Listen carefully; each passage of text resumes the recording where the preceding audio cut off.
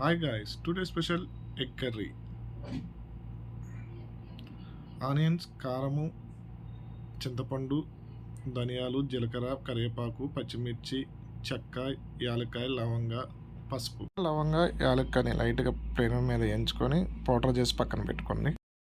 ముందుగానే ఉడికించి ఉంచిన ఎగ్స్ని తీసుకొని ఇలా లైట్గా ఎగ్ చుట్టూరు 3 times కట్ చేసుకోండి. తర్వాత పసుపు, కారము, సాల్ట్ వేసి కలపండి. ఇప్పుడు ఒక బౌల్ తీసుకొని 2 స్పూన్ల ఆయిల్ వేసి ఆయిల్ హీట్ అయిన తర్వాత 1 by 1 ఎగ్స్ని ఆయిల్లోకి సిప్ చేసుకొని నిదానంగా కలుపుకుంటా తర్వాత ఇలా ఫ్రై అవనిచ్చి వేరే బౌల్లో సిప్ చేసుకుందాం.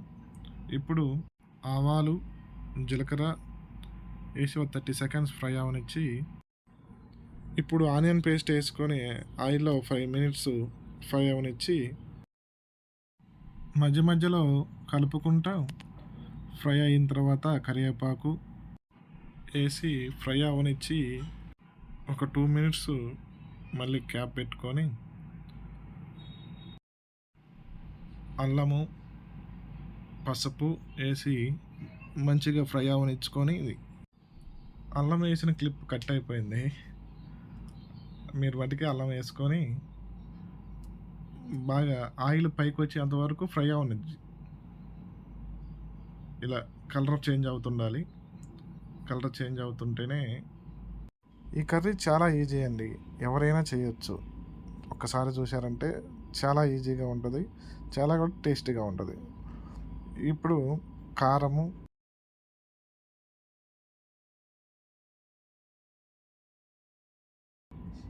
ధనియాల పొడి,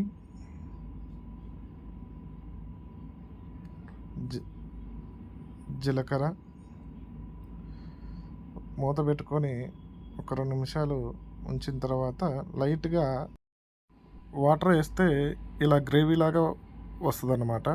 వాటర్ వేసిన తర్వాత కూడా బాగా ఫ్రై అవ్వని, ఆయిల్ పైకి వచ్చేంత వరకు ఫ్రై అవ్వనిచ్చి ఇలా మధ్య మధ్యన కలుపుకుంటా అడగనివ్వకుండా చూసుకోండి. మంటని లో ఫ్లేమ్లోనే ఉంచుకొని ఫ్రై చేసుకోండి. ఒక 2 నిమిషాలు క్యాప్ పెట్టేసి ఇలా ఆయిల్ పైకి తేలింది అనుకుంటే ఎగ్స్ వేసి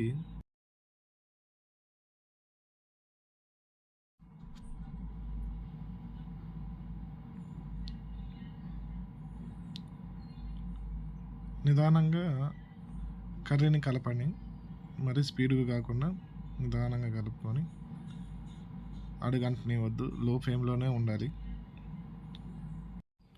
ఈ స్టేజీలోనే చింతపండు పులుసు, ఒక గ్లాసు వాటరు, కర్రీని మంచిగా కర్రీ అంతా కలుపుకుంటా నిదానంగా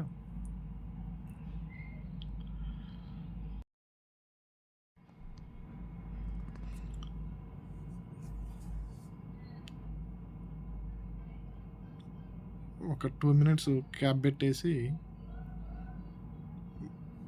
మంచిగా ఉడకనిచ్చిన తర్వాత మళ్ళీ ఒకసారి కలుపుకొని కర్రీ నుంచి ఆయిల్ సపరేట్ అయ్యేటప్పుడు మసాలా పొడి వేసుకొని